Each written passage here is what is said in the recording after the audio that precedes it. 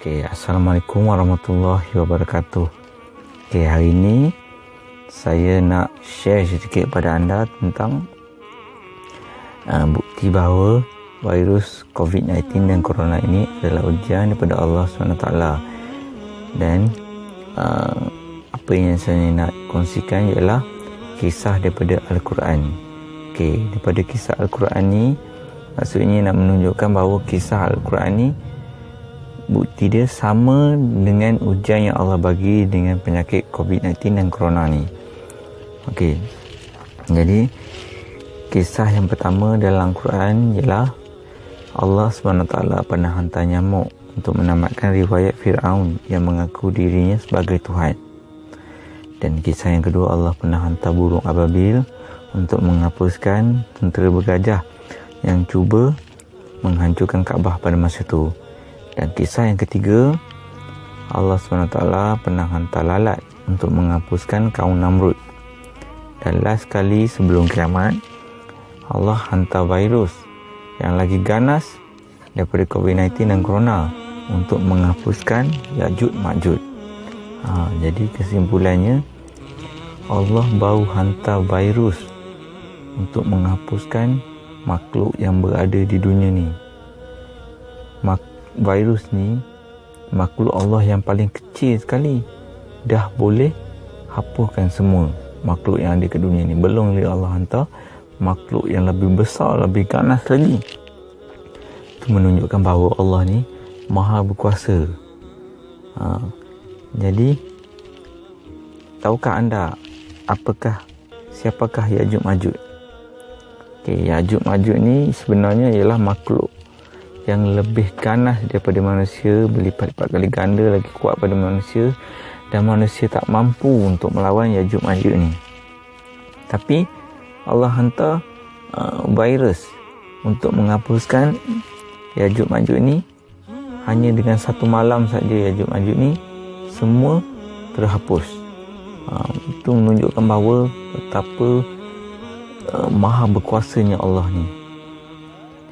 Jadi sebenarnya cerita dalam Al-Quran ni suruh kita menjadikan iktibar. Kita kena kaji Al-Quran ni supaya kita kena ingat bahawa semua yang Allah ciptakan dan dengan mudahnya Allah menghapuskannya. Jadi dengan penyakit COVID-19 ni sebenarnya, kalau Allah nak selesaikan, hanya sekelip mata dengan izin dia. Jadi mungkin kita tak perasan dan kita tak nampak sebenarnya kuasa Allah ni amat besar, amat berkuasa. Jadi kita kena berdoa kepada Allah SWT. Dan saya nak ceritakan lagi tentang kisah sahabat, macam mana dia menyelesaikan masalah, mengadu kepada Allah. Jadi zaman Rasulullah ada seorang sahabat.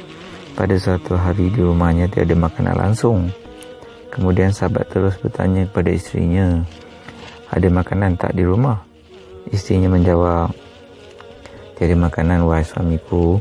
Kemudian suaminya terus pergi ke masjid untuk membuat solat hajat, untuk meminta kepada Allah SWT. Setelah siap, lalu ia terus pulang ke rumah untuk bertanya kepada isterinya jika ada makanan di rumah. Lalu isterinya menjawab seperti sebelum tadi, tiada makanan wahai suamiku. Kemudian sahabat terus pergi semula ke masjid untuk melakukan solat hajat buat kali kedua. Setelah selesai, ia terus pulang dan menanyakan kepada isterinya, wahai isteriku, ada tak makanan yang untuk dimakan? Lalu isterinya menjawab, tiada makanan wahai suamiku. Kemudian suaminya terus pergi ke masjid lagi untuk melakukan solat hajat buat kali ketiga. Setelah selesai, dia terus bergegas pulang ke rumah. Setibanya sampai ke rumah, ia melihat gandum setinggi buku lali, bawah sikit dari lutut. Allahualam. Lalu sahabat bertanya kepada isterinya, dari manakah gandum ini datang? Isterinya menjawab, gandum ini keluar dari periuk itu. Gandum yang keluar dari periuk itu seperti peti jagung yang keluar tak berhenti-henti. Setelah itu sahabat pun pergi ke periuk tersebut untuk membuka tudung periuk tersebut. Setelah dibuka, tiada apa-apa makanan atau tiada apa-apa di dalam periuk itu, hanya kosong. Selepas itu ganda pun tak keluar setelah dibuka periuk tersebut. Lalu sahabat menjadi heran dan sahabat terus pergi berjumpa dengan Rasulullah sallallahu alaihi wasallam dan menanyakan hal itu kepada Rasulullah sallallahu alaihi wasallam. Rasulullah memberitahu pada sahabat, jika tidak membuka tutup periuk itu, maka ganda itu akan keluar sampai kiamat. Jadi maksudnya kesimpulan daripada cerita sahabat ni, sahabat kalau datang je masalah, dia terus mengadu pada Allah dengan membuat solat hajat di masjid. Dan sahabat ni juga ada sahabat-sahabat yang lain kadang-kadang selipar je putus, tapi dia tetap mengadu pada Allah buat solat hajat.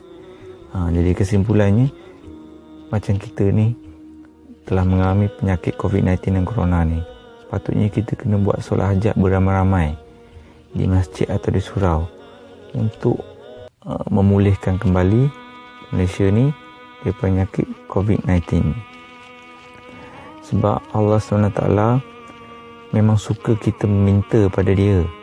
Tapi kalau kita tidak meminta kepada Allah SWT, Allah menganggap kita ni sombong.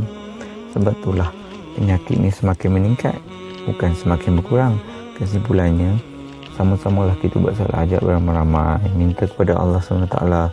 Kalau rasa tak nak berjangkit, sebelum buat solat hajat, cek seorang-seorang guna alat yang tiada penyakit COVID-19 dan Corona saja yang boleh lakukan solat berjemaah untuk lakukan solat hajat di surau atau di masjid. Tujuan sebenarnya Allah menghantar penyakit ni, sebenarnya Allah nak uji kita, nak tengok kita. Bila datang masalah, kita mengadu pada siapa? Jadi sebenarnya Allah ni rindukan doa hamba-hamba dia. Ingat, sebenarnya benda ni dah tak boleh tangguh dah, sebelum ia menjadi lebih teruk dan menjadi darurat. Jadi Allah SWT baru hantar penyakit COVID-19 dan Corona, kita dah tinggal solat di masjid dan di surau. Rasulullah SAW waktu sedang sakit teruk sampai tak berdaya berjalan, minta juga sahabat papah ke masjid. Ini menunjukkan bahawa pentingnya solat berjemaah di masjid. Allah SWT suka kita solat di masjid dari solat di rumah. Sebab itulah Allah bagi ganjaran solat di masjid 27 pahala berbanding solat di rumah yang hanya 1 pahala saja. Dan solat di masjid ni juga adalah sunnah Rasulullah SAW. Sebab Rasulullah SAW pernah bersabda, barang siapa yang mengamalkan sunnahku pasti berjaya dunia akhirat, dan barang siapa yang mengamalkan sunnahku pasti maka ia cinta ke aku, barang siapa cinta ke aku pasti akan bersama-sama aku dalam syurga nanti.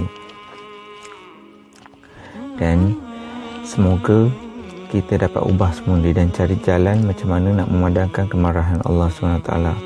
Hanya Allah sahaja yang dapat menyelesaikan musibah ni, insya-Allah. Sekarang ni saya nak tunjukkan bahawa dalam surah Al-Fatihah pun ada beritahu yang Allah ni Maha berkuasa mentadbir sekalian alam.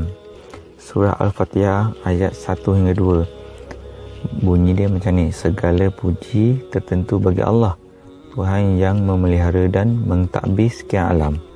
Dari surah Al-Fatihah ayat 1 hingga 2 ni dah menunjukkan bahawa Allah ni maha berkuasa, makhluk tak ada kuasa, dan Allah boleh selesaikan masalah seteruk mana, seberat mana masalah tu, Allah boleh selesaikan dengan sekelip mata saja. Jadi setakat penyakit COVID-19 dan Corona ni, Allah boleh selesaikan dengan sekelip mata je. Cuma Allah nak tengok kita ni berusaha berdoa padanya atau tidak. Jadi semoga info ni mampu mengubah minda kita dan mampu menyadarkan kita betapa sayangnya Allah SWT pada kita. Dan Allah cuma menunggu doa hamba-hamba saja. Allah SWT cuma menunggu doa hamba-hambanya saja. Jadi jomlah kita lakukan solat hajat beramai-ramai.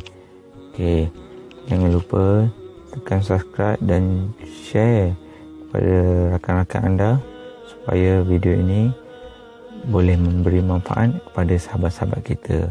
Assalamualaikum warahmatullahi wabarakatuh.